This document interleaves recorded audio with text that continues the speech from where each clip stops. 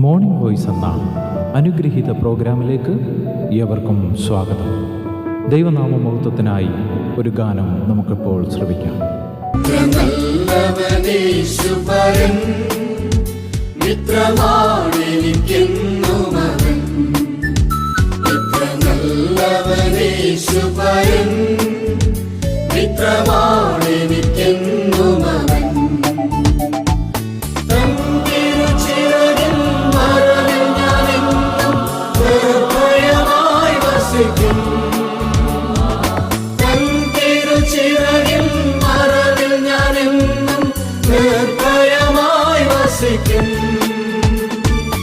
ഏതൊരു ഖേദവും വരികിലുമെന്നെ യേശുവിൽ ചാരിടും ഞാൻ. ഏതൊരു ഖേദവും വരികിലുമെന്നെ യേശുവിൽ ചാരിടും ഞാൻ. എത്ര നല്ലവനേശു പരൻ, മിത്രമാണെനിക്കെന്നും അവൻ. ഇന്ന് വചനത്തിൽ നിന്ന് നമ്മോട് സംസാരിക്കുന്നത് കർത്താവിൻ്റെ ശ്രേഷ്ഠദാസൻ T.G. മാത്യു കോന്നി. പ്രാർത്ഥനയോടെ ധ്യാനചിന്തകൾ ശ്രമിക്കാം. ദൈവ തിരുനാമം മഹത്വപ്പെടുമാറാകട്ടെ. നാം ഇപ്പോൾ ശ്രമിച്ചുകൊണ്ടിരിക്കുന്നത് മോർണിംഗ് വോയിസ് എന്ന ആത്മീയ ശുശ്രൂഷയാണ്. എൻ്റെ എല്ലാ പ്രിയ സ്നേഹിതർക്കും വേഗം വരുന്ന കർത്താവായ യേശു ക്രിസ്തുവിൻ്റെ നിസ്തുല്യ നാമത്തിൽ എൻ്റെ പ്രഭാത വന്ദനം.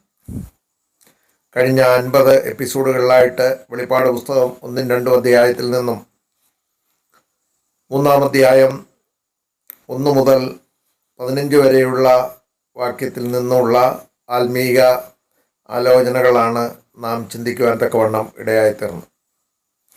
ഇന്ന് നമുക്ക് അതിൻ്റെ 16-ാം വാക്യം വായിച്ച് അതിൽ നിന്നും ചില ആലോചനകൾ നമുക്കൊരുമിച്ച് പങ്കുവെക്കുവാനാണ് കർത്താവിൽ ആശ്രയിച്ച് ആഗ്രഹിക്കുന്നത്. 16-ാം വാക്യം നാം ഇങ്ങനെ വായിക്കുന്നു: ഇങ്ങനെ ശീതവാനുമല്ല ഉഷ്ണവാനുമല്ല, ശീതോഷ്ണവാനാകയാൽ നിന്നെ എൻ്റെ വായിൽ നിന്ന് ഉമിണ്ണുകളയും. ഈ വാക്യത്തിൽ ഒരു ഭയനിർദ്ദേശം നമുക്ക് കാണുവാൻ കഴിയും. ലവോദിക്യ സഭയെ സഭാകാന്തനായ കർത്താവ് ശിക്ഷിക്കും എന്ന മുന്നറിയിപ്പാണ് ഈ വാക്യത്തിലൂടെ സൂചിപ്പിച്ചിരിക്കുന്നത്. കാരണം അവരുടെ അവസ്ഥ അവിടെ വെളിപ്പെടുത്തുന്നുണ്ട്. അവർ ശീതവാനുമല്ല ഉഷ്ണവാനുമല്ല,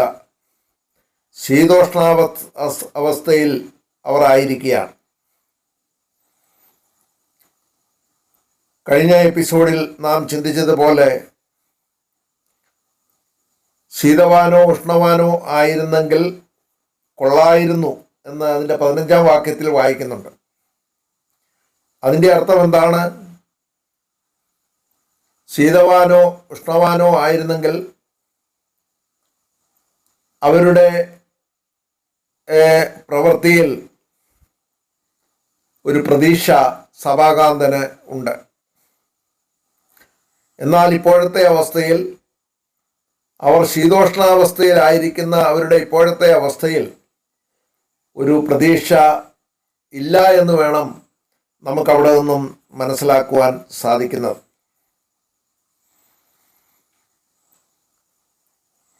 ഈ വേദഭാഗം നാം ചിന്തിക്കുമ്പോൾ ഇന്ന് ലോകത്തിലേക്ക് നോക്കിയാൽ ഈ അന്ത്യകാല സഭയുടെ ഒരു ചിത്രം നമുക്ക് ഇവിടെ നിന്നും കാണുന്നതിനായിട്ട് സാധിക്കും. എന്തിനും വിട്ടുവീഴ്ച ചെയ്യുന്ന ഒരു മനോഭാവം, പാപത്തെ പാപമാണെന്ന് മനസ്സിലാക്കാതെ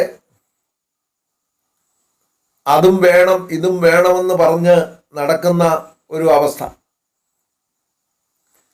അന്ത്യകാലത്തിന്റെ ലക്ഷണങ്ങൾ തിമോത്തിയോസിന്റെ ലേഖനം 3-ാം അധ്യായം 1 മുതലുള്ള വാക്യത്തിൽ നമുക്ക് അപ്പോസ്തലനായ പൗലോസ് അവിടെ രേഖപ്പെടുത്തിയിരിക്കുന്നത് എന്ന് നമുക്ക് കാണുന്നതിനായിട്ട് സാധിക്കുന്നുണ്ട്. അപ്പോൾ ഈ അവസ്ഥയിലേക്ക് ഇന്ന് ദൈവജനം എത്തിച്ചേർന്നിരിക്കുകയാണ് ഇത് ഒരു അപകടകരമായ ഒരു അവസ്ഥയാണ് എന്നുള്ളത് നാം മനസ്സിലാക്കിയിരിക്കേണ്ടതാണ്. അപ്പോൾ നമ്മെ തന്നെ ഇതൊന്ന് വിചിന്തനം ചെയ്യുവാൻ ഇടയാകേണ്ടത് ആവശ്യമാണ്. ഇന്ന് സഭാ നേതൃത്വമായാലും വ്യക്തികളായാലും ശരി, ഇങ്ങനെയുള്ളവർ ഉണ്ടെങ്കിൽ അത് സഭയ്ക്ക് ദോഷം ചെയ്യും. എന്നാൽ നാം ഒന്ന് മനസ്സിലാക്കിക്കോ, ഒരു അവിശ്വാസി ഒരിക്കലും സഭയ്ക്ക് ദോഷം വരുത്തുന്നില്ല. എന്നാൽ സഭയ്ക്കുള്ളിൽ നിന്നുമാണ് ഇങ്ങനെയുള്ള പ്രവർത്തികൾ പുറപ്പെടുന്നതെങ്കിൽ അത് സഭയ്ക്ക് ദോഷം വരും. അതാണ് കർത്താവ് ഇങ്ങനെയുള്ളവരെ അവിടെ ശാസിക്കുന്നതായിട്ട് നമുക്ക് കാണുന്നതിനായിട്ട് സാധിക്കുന്നുണ്ട്. സുവിശേഷങ്ങളിലേക്ക് നാം കടന്നു ചെന്നു കഴിഞ്ഞാൽ നമ്മുടെ കർത്താവ് ഒരു മദ്യപാനിയെയോ ഒരു വ്യഭിചാരിയെയോ കള്ളന്മാരെയോ കൊലപാതകികളെയോ ദ്വേഷിച്ചിട്ടില്ല.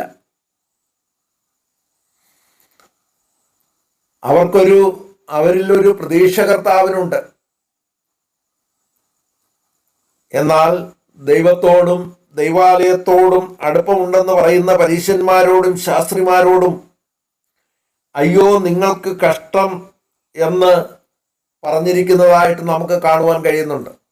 മത്തായിയുടെ സുവിശേഷം 23-ാം അധ്യായത്തിൽ ആവർത്തിച്ച് ഈ പദപ്രയോഗങ്ങൾ നമുക്ക് കാണുവാൻ കഴിയുന്ന അയ്യോ നിങ്ങൾക്ക് കഷ്ടം എന്ന്.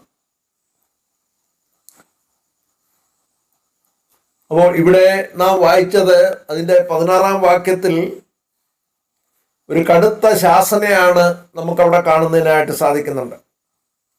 നിന്നെ എൻ്റെ വായിൽ നിന്ന് ഉമിണ്ണ് കളയും. ഉമിണ്ണ് കളയുക എന്ന വാക്കിൻ്റെ അർത്ഥം തുപ്പിക്കളയുക, ഛർദിച്ചു കളയുക, വെറുപ്പോടെ തള്ളിക്കളയുക തുടങ്ങിയ അർത്ഥങ്ങൾ ഈ വാക്യത്തിൽ നമുക്ക് കാണുന്നതിനായിട്ട് സാധിക്കുന്നുണ്ട്.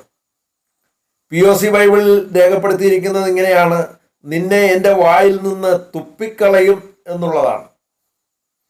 അപ്പോൾ കടുത്ത ഒരു ശിക്ഷ അവർക്കവിടെ ഒരു ശിക്ഷ നടപടി നമുക്ക് അവിടെ നിന്നും കാണുന്നതിനായിട്ട് സാധിക്കുന്നുണ്ട്. അതിൻ്റെ 17-ാം വാക്യത്തിലേക്ക് നമ്മൾ കടന്നു വരുമ്പോൾ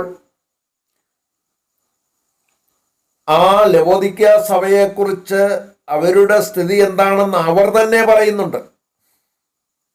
എന്താ അവർ പറയുന്നത്? ഞാൻ ധനവാൻ, സമ്പന്നൻ, എനിക്കൊന്നിനും മുട്ടില്ല.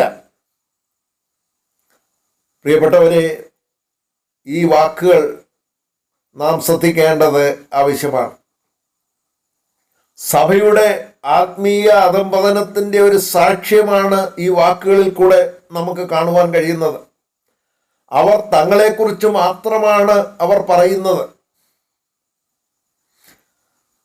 അവർ തങ്ങളെ തന്നെ പുകഴ്ത്തുകയാണ്. അവർ തന്നെത്താൻ നിഗളികളായിത്തീരുകയാണ്. അവർ സ്വയം വഞ്ചിതരായിത്തീരുകയാണ്. ഇങ്ങനെ ഈ സ്വയവഞ്ചനയും അജ്ഞതയും എത്രയോ വലിയ അപകടമാണ് വിശ്വാസികളിൽ വരുത്തി വയ്ക്കുന്നത് എന്ന് നമുക്ക് കാണുവാൻ കഴിയുന്നുണ്ട്. അവർ അവരെക്കുറിച്ച് തന്നെ പ്രശംസിക്കുകയും പൊഴുകയും ചെയ്യുക. ഞങ്ങൾക്ക് യാതൊരു കുഴപ്പവുമില്ല, ഞങ്ങൾ ധനവാനായിരിക്കുന്നു, ഞങ്ങൾ സമ്പന്നനായിരിക്കുന്നു, ഞങ്ങൾക്കൊന്നിനും മുട്ടില്ല എന്നാണ് അവരുടെ വാക്കുകൾ നമുക്കവിടെ കാണുവാൻ കഴിയുന്നത്. എന്നാൽ അവർ കർത്താവിനെ കുറിച്ച് ഒന്നും തന്നെ പറയുന്നില്ല. അവരവരെക്കുറിച്ച് മാത്രം പ്രസ്താവിച്ചുകൊണ്ട് ഇരിക്കുകയാണ്. പ്രിയപ്പെട്ടവരെ, നാം നമ്മെ തന്നെ ഒന്ന് പരിശോധിക്കേണ്ടത് ആവശ്യമാണ്. ലവോദിക്ക കാലഘട്ടത്തിൽ ലവോദിക്ക വിശ്വാസികൾ ഈ നിലയിലായി തീർന്നെങ്കിൽ ഈ അന്ത്യകാലഘട്ടത്തിൽ ദൈവസഭകളുടെ അംഗങ്ങളായിരിക്കുന്ന വിശ്വാസികളായിരിക്കുന്ന നാം ഓരോരുത്തരും നമ്മുടെ ഉള്ള അവസ്ഥ എങ്ങനെ ഇരിക്കുന്നു എന്ന് നാം ഒന്ന് പരിശോധിക്കേണ്ടത് ആവശ്യമാണ്. നാം ഉൾപ്പെട്ട് നിൽക്കുന്ന സ്ഥലസഭയുടെ സ്ഥിതി എങ്ങനെയുണ്ട്? പ്രിയപ്പെട്ടവരെ, നാം ഭയത്തോടെ ഇത് ഓർക്കേണ്ടതാണ്.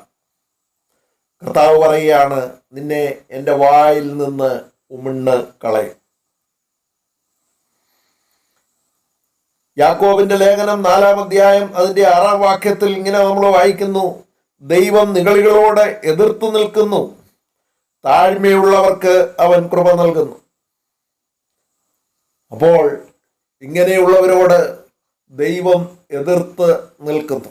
മാത്രമല്ല, അവർക്ക് ദൈവം ശിക്ഷാവിധി അവിടെ കൽപ്പിക്കുകയാണ് ചെയ്തത്. നിന്നെ എൻ്റെ വായിൽ നിന്നും ഉമിണ്ണ് കളയും. പ്രിയപ്പെട്ടവരെ, ഈ കാലഘട്ടത്തിൽ ജീവിക്കുന്ന നാം ഓരോരുത്തരും വഞ്ചിക്കപ്പെട്ടു പോകാതെ ദൈവകൃപയിൽ ശരണപ്പെട്ട് ജീവിപ്പാൻ തക്കവണ്ണം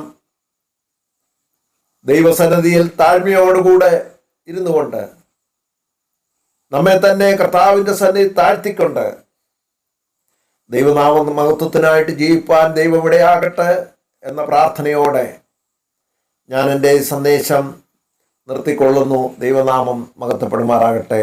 ആമേൻ. ഇതുവരെ ഞങ്ങളെ ശ്രദ്ധിച്ച എല്ലാവർക്കും വീണ്ടും വരുന്ന കർത്താവിൻ്റെ വിശുദ്ധമായ യേശുക്രിസ്തുവിൻ്റെ നാമത്തിൽ ഞങ്ങളുടെ സ്നേഹവന്ദനം അറിയിക്കുന്നു. കർത്താവ് നമ്മളെല്ലാവരെയും അനുഗ്രഹിക്കുമാറാകട്ടെ. ആമേൻ. എന്നെ കരങ്ങളിൽ വഹിച്ചിടും താൻ, എന്റെ കണ്ണുനീർ തുടച്ചിടും താൻ. എന്നെ കരങ്ങളിൽ വഹിച്ചിടും താൻ, എന്റെ കണ്ണുനീർ തുടച്ചിടും താൻ.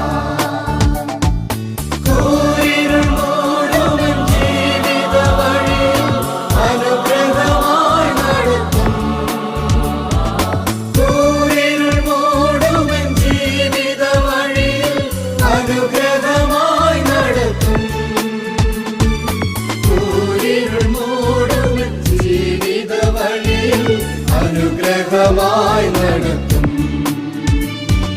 കൂരിരുൾ മൂടും ജീവിത വഴിയിൽ അനുഗ്രഹമായി നടത്തും.